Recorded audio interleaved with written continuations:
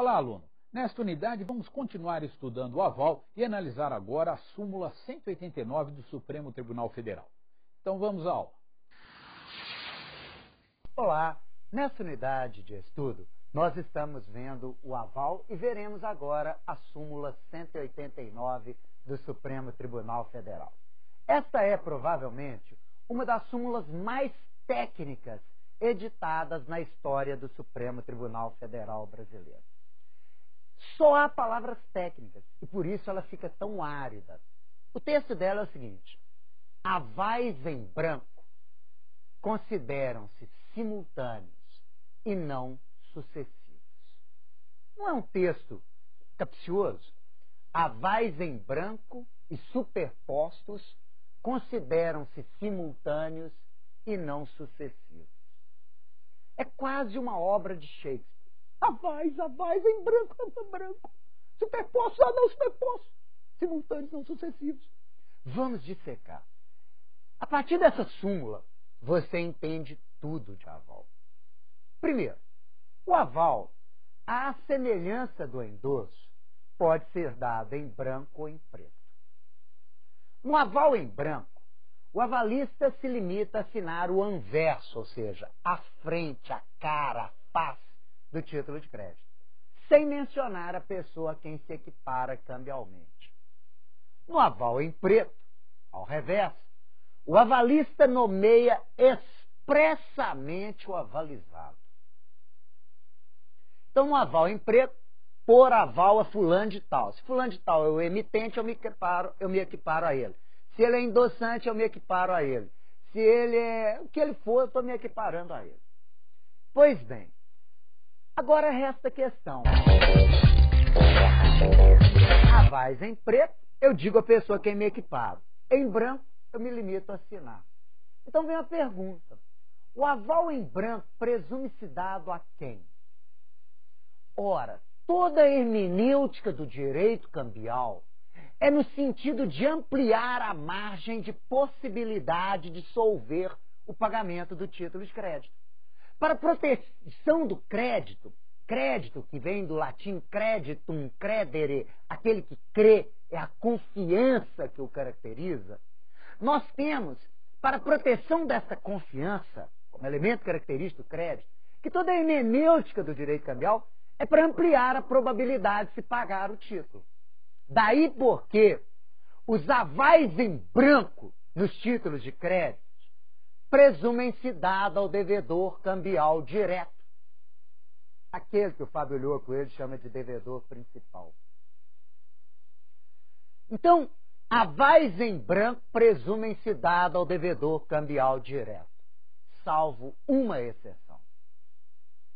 Salvo a letra de câmbio. Ora, nós sabemos que na letra de câmbio, diferentemente da duplicata, o aceite é meramente facultativo. Tanto é que pode haver recusa de aceite ou mesmo um aceite parcial. Aliás, isso foi objeto de pergunta na prova da magistratura estadual do Mato Grosso do Sul. Perguntou-se exatamente o seguinte: quando é que nasce a letra de câmbio? Aí vinha com saque, com aceite, com endosso, com aval, com protesto. A resposta era com saque. A letra de câmbio nasce com saque. A hora que eu ordeno o pagamento, porque o aceite é meramente facultativo. Então, qual é a única obrigação que eu tenho certeza absoluta que há em uma letra de câmbio? Sem a qual não há a própria letra de câmbio? O saque. O aceite não. O aceite é meramente facultativo, tanto é que pode haver recusa. E quem é o devedor cambial direto de uma letra de câmbio? O aceitante. E se não houver aceite, não há devedor cambial direto na acepção técnica da expressão.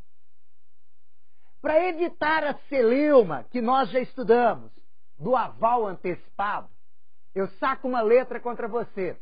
Fulano avaliza. Você recusa o aceite. Aval antecipado. A pessoa se obrigou antes de você. Para evitar isso, a Lei Uniforme de Genebra prescreve o seguinte: na letra de câmbio, estando o título aceito ou não, o aval em branco presume-se dado ao sacador. É a única exceção. Então, avais em branco e superpostos. O que vem a ser avais superpostos? Avais superpostos é quando um avalista assina o título, fisicamente falando, debaixo do outro. Por exemplo, eu coloco aqui, por aval, Vinícius, José, Maria, Antônio. Avais em branco, porque eu não estou dizendo quem é o avalizado, e superpostos é quando um avalista assina fisicamente falando debaixo do outro. O que é muito comum. Naqueles modelinhos que a gente compra em papelaria, que eu já mostrei aos senhores, geralmente você tem lá a linha do primeiro avalista, a linha do segundo avalista, às vezes a linha do terceiro avalista. Ou seja, um assina debaixo do outro. Avais em branco e superpostos. Consideram-se simultâneos e não sucessivos. Antes de eu explicar o que é um aval simultâneo, eu preciso explicar para você o que é um aval sucessivo. E aí eu pergunto a você, é possível um avalista avalizar a um outro avalista? É possível um aval de aval? Resposta: afirmativa. Trata-se do aval sucessivo. É um aval dado a um avalista. Por exemplo, eu coloco aqui, por aval, Vinícius. Aí vem José e coloca, por aval ao Vinícius, ou em sucessão ao Vinícius. E assina, José. Só tem um problema. O aval sucessivo é uma anomalia no direito. Porque no aval sucessivo, o avalista sucessor, no nosso exemplo, José, só pagará a obrigação se o avalista sucedido não dispuser de recursos. No nosso exemplo, Vinícius. Então, no aval sucessivo, haverá benefício de ordem e responsabilidade subsidiária. É uma anomalia. Vamos imaginar que viesse Maria aqui e colocasse por aval ao José. Maria. Pois bem, Maria só poderia ser acionada após o esgotamento do patrimônio de Vinícius e José. E se o Antônio viesse aqui e colocasse por aval ao José? Antônio. Notem aqui, nós temos exatamente como vocês podem ler, Maria e Antônio sucedendo ao mesmo sucedido. Neste caso, eles são simultâneos, querendo dizer, esgotado o patrimônio de Vinícius e de José, o credor pode executar Maria, Antônio ou mesmo ambos. Volta a ser o aval normal. Então, havendo mais de um avalista sucedendo ao mesmo tempo o mesmo sucedido, eles são solidários, sem benefício de ordem, na sucessão. Ou seja, após o esgotamento do patrimônio do sucedido. Bem, sabendo isso, agora nós podemos voltar à súmula. Avais em branco e superpostos consideram-se simultâneos e não sucessivos. Porque a discussão que havia na época era o fato de alguém assinar debaixo do outro, isso quer dizer aval sucessivo? O Supremo, de jeito nenhum. O aval sucessivo não se presume.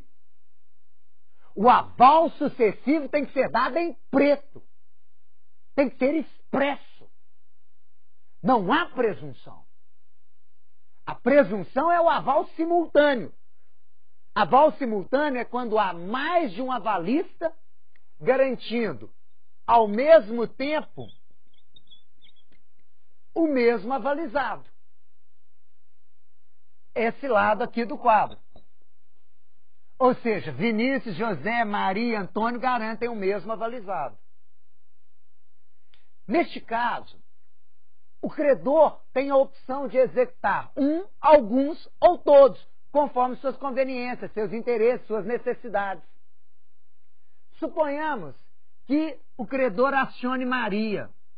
Maria, então, pague 100% da dívida. É claro, todo avalista que paga tem ação de regresso contra o avalizado. Mas o curioso é que quando você tem avais simultâneos, se um avalista paga o título, ele também tem ação de regresso contra os demais avalistas. No entanto, na proporção do aval dado. Claro, porque senão seria o cachorro correndo atrás do próprio rabo. Imagine, Maria pagou 100%, cobra de José 100%. José então cobraria de Maria, Maria de José, José de Maria. Não dá. Então, em caso de exercício do direito de regresso contra os demais avalistas, se Maria pagou 100%, ela tem ação de regresso contra os demais avalistas, na proporção do aval dado, sendo 4. Qual que é a proporção? 25%. Então, Maria tem ação de regresso contra Vinícius por 25%, José 25%, vai morrer em 25%, e Antônio 25%. É claro que todo avalista, por tudo quanto pagar, tem ação de regresso contra o avalizado. Caiu na prova da magistratura do Estado do Amazonas uma pergunta muito interessante, genial. Perguntou-se o seguinte: caso você tenha um aval simultâneo, porque a súmula é avais em branco e superpostos consideram-se simultâneos e não sucessivos. Agora eu espero que já seja a língua portuguesa. A questão era, havendo essa situação de avais simultâneos, existe alguma possibilidade de fracionamento da cota-parte no regresso entre os avalistas simultâneos? Ou seja, traduzindo isso para a língua portuguesa, suponhamos que Maria pagou 100% do título. Ela tem ação de regresso contra todos os demais, na proporção do aval dado. Existe alguma hipótese em que, ao invés de ela cobrar de Antônio, ela vai cobrar de Vinícius 1/3, de José 1/3, de Maria, Maria vai pagar 1/3? Existe. É uma exceção legal. A lei prescreve que, havendo a decretação judicial da falência ou da insolvência civil, ou tratando-se de uma instituição financeira, da liquidação extrajudicial, de um dos codevedores simultâneos, sua fração será partilhada entre os demais. Então, existe alguma hipótese em que, em caso de aval simultâneo, o avalista que pague possa ratear entre os demais avalistas simultâneos a cota-parte de um deles? Sim. Por exemplo, sendo decretada a falência, a insolvência civil ou liquidação extrajudicial de Antônio, por exemplo, aí ela vai, o avalista vai ter ação de regresso. Só que agora a proporção desconsidera a fração que cabia ao falido, insolvente ou liquidado extrajudicialmente. Ok? Muito obrigado. Vejo você na próxima unidade. Até lá. Na próxima unidade, temática, sem falta, tá bom? Abraço e beijo. Tchau. Até lá. Nesta unidade, vimos a súmula 189 do Supremo Tribunal Federal e analisamos os seguintes avais.